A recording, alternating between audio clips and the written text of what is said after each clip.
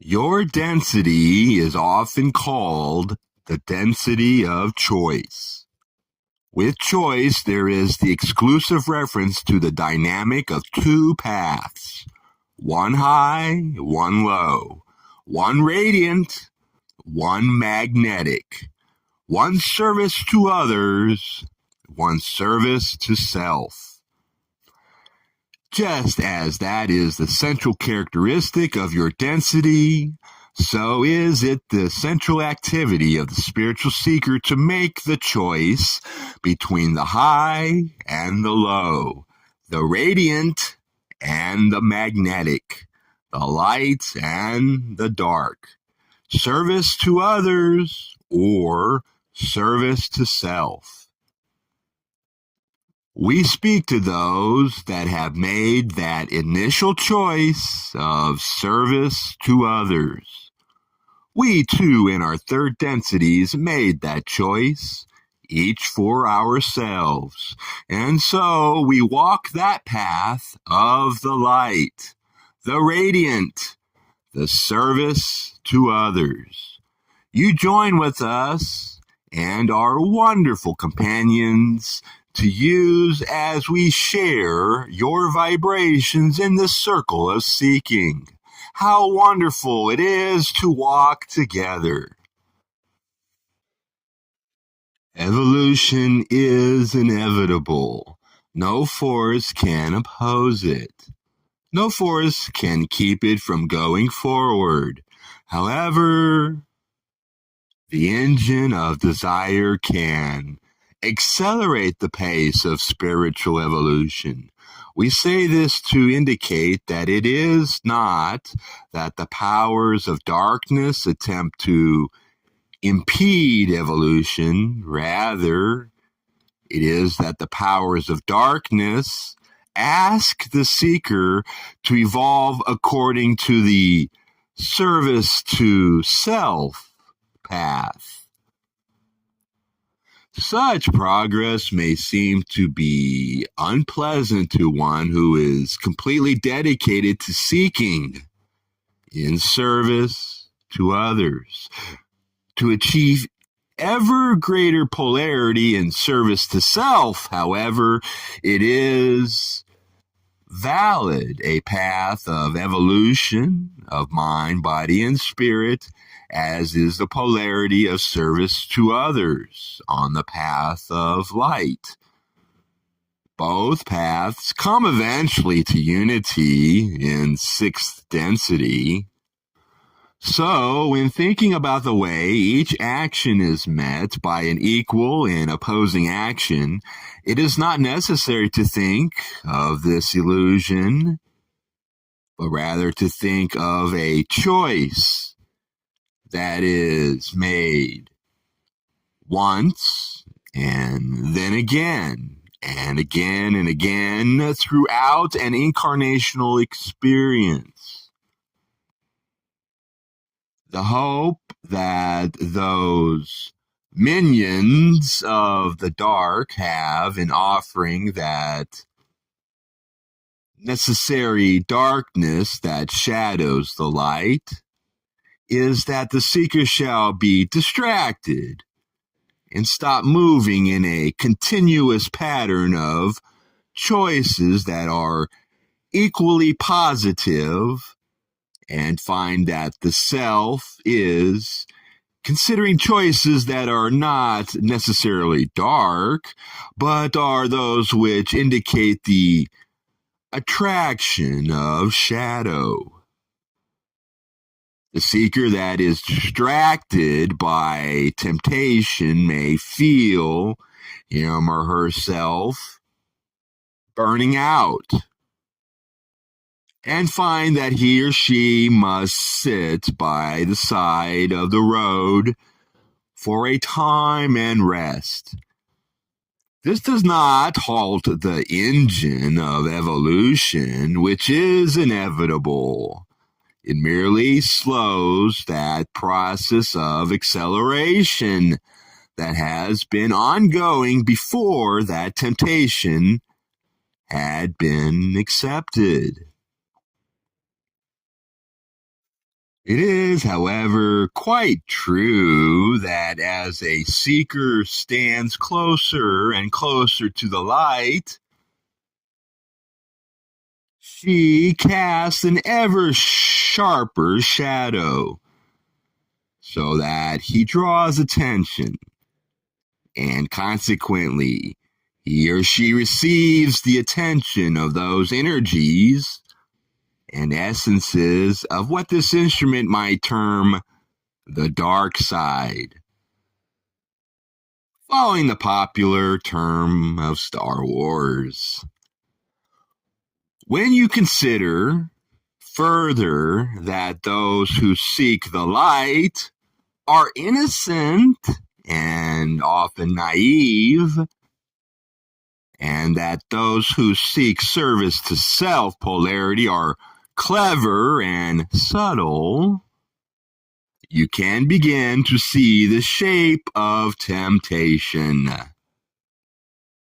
There is not so much the heavy-handed, energetic displacement of physical pain or those temptations that one might see as heavy or obvious. Rather, it is that such temptations are insidious.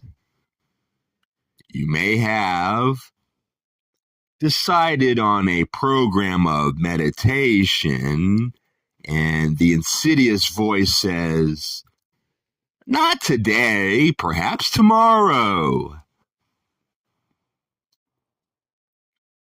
You may have decided to fast about speaking ill of another, and the insidious voice says, "But justice must be done. I must be fair. I must find equality. I must not keep silent." It is that insidious voice that moves the energy expenditure of your day from a straight line of service to others, and instead encourage the turning away into considerations of those things which have nothing to do with service to others, but have everything to do with the comfort and the preferences of the self. Are those desires for comfort and those preferences negative or lower than the higher desires? My friends, we would say no. All desires are worthy. All desires are free to be followed until there is no longer that desire. Until that desire has fallen away effortlessly. There is no consideration of lowness or judgment of one's desires over another. You are here as entities evolving by knowing more and more about yourself. You experience those things desired. Observe the results of those desires, and so gradually gather knowledge concerning yourself and insight concerning your perceptions. As a result, you refine your desires and purify your choices and your intentions. There is no such thing as a mistake, because the result of that mistake will inevitably true themselves through time, bringing you onto the path you choose before incarnation by a series of serpentitious turns and twists. Consequently, you can rest from a concern that you can get off the track in a final or permanent way. The track goes with you, and a honing sense within you shall steer you in whatever vector is necessary back towards your true and fundamental desire. Consequently, we would encourage those who seek to become ever more full of light and more transparent to the will of the Infinite One, to examine with love and not with judgment those moments of temptation, those times of listening to the insidious voice that would distract you and use up the energy of the day in doing those things which, upon thought, you may not prefer to do. As you become more mature, spiritually speaking, and more seasoned, you shall feel again and again that you have done nothing but take a step back. But this, my friends, is due to the fact that as you stand closer to the light, you see every blemish, every chink in the armor of light that lies within yourself. And that too is a great temptation. It is a temptation to move away from spontaneity and being present in the moment, to turn to self-judgment and self-recrimination because you see these self-perceived imperfections. And yet, this too is the shadow side of self, that insidious voice that takes you away from the straight path of being transparent to the light and open to the moment, so that you may cooperate with whatever is occurring, whether it would seem to be a positive experience or a negative one. We give you the example of this instrument it spoke of earlier in the round-robin talk that preceded this meditation, of being in the hospital and experiencing a fairly long period of discomfort that seemed to her to be completely unnecessary. It would have been very easy for this instrument to listen to those insidious voices, to feel self-pity, to feel anger, to feel self-judgment. However, this instrument chose, and well she chose, to give thanks, knowing from experience that such times of challenge are gifts, hard to open, but sweet in the opening. Such times shall come to this instrument and to all who seek the love and light of the one infinite Creator. As the seeking intensifies, so may the times of trial. That is what your illusion is for. The testing, the choosing, the testing, and the choosing again. It is a tapestry of light and dark. And there are no wrong choices, only the discovery of the self through the experiences of choice. We had said to you at the beginning of this conversation that it is not only third density that is wrapped up in this dynamic of positive and negative, but the beginning of fourth density as well. Indeed, there are many who, beginning new to fourth density, offer themselves as soldiers of the light, and see the soldiers of the dark as enemies to be battled. The insidious voice have won the day. And yet, this too is acceptable, and it does not halt the movement of evolution. It merely distracts it from its accelerated path. That acceleration that is chosen by those who seek the light. On and on the war in heaven, as this instrument calls this phenomena, runs until the last of third density has graduated and there is no more battleground over which to fight. Do not deplore the situation, for many there are who cannot quickly see through the nature of this dynamic of light and dark, and who must, in taking sides, become embattled.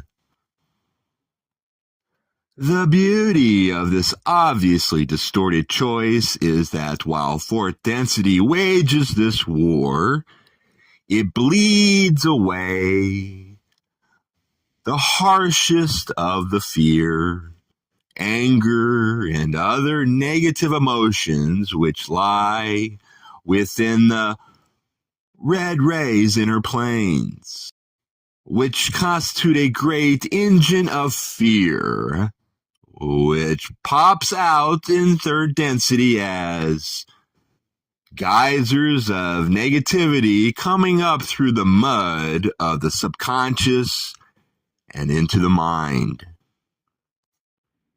It is a stabilizing factor for the inner planes of third density, and it has alleviated harsh vibrations. Just as the energies of All Saints' Day alleviates, but does not obliterate the energy of All Hallows' Eve. All these times of temptation occur within your seeking. Be not afraid, for you are not alone. Standing with you is the entire body of those within the inner planes who vibrate in love, forgiveness, and charity. Call upon and feel the tremendous force of that support. It is unseen, yet it is ever near and ever powerful. The one known as Jesus stood at the pinnacle of the world in his time of temptation. He was offered power, the power to make things right for his people. Who would not want that? His only saving grace was the knowledge that his kingdom was not earth, and that he had power to save, but not in the worldly sense, unless he so choose to relinquish his ability to offer spiritual power to those who saw beyond this earth. Thusly he said, "Get thee behind me." And he walked down from the hill which overlooked the world into the valley of humanhood, ignorance, illness, anguish, and pain. And he said, "This is my kingdom. Here shall I let the life and the love of the one Creator flow through me. Here shall I touch and be touched. Here shall I love and be loved. Think you that you are any less than the one known as Jesus? Nay, my friends, you are all able to bear the cloak of Christhood, able to let compassion run through you like a golden river, able to open and bloom in the light of infinite love. Not so others may see you, but only to bloom, only to be. In that being lies your greater gift. In that transparency lies your greatest service. Consequently, let the time flow. It is a river that will bring you storms and easy days, angry whirlpools and halcyon waves. Trust the boat upon which you sit. It is the boat of your knowledge of yourself. Let that boat take all of the water, all of the moods of the river as they come. And if you do get distracted and find yourself in a whirlpool going around and around, let it exhaust itself in you. And then take out the keel, point it in the direction you choose with all your heart, and begin again. There is never an ending. There is never a true loss. There is only you, your desire, and the road upon which you long ago have set your foot.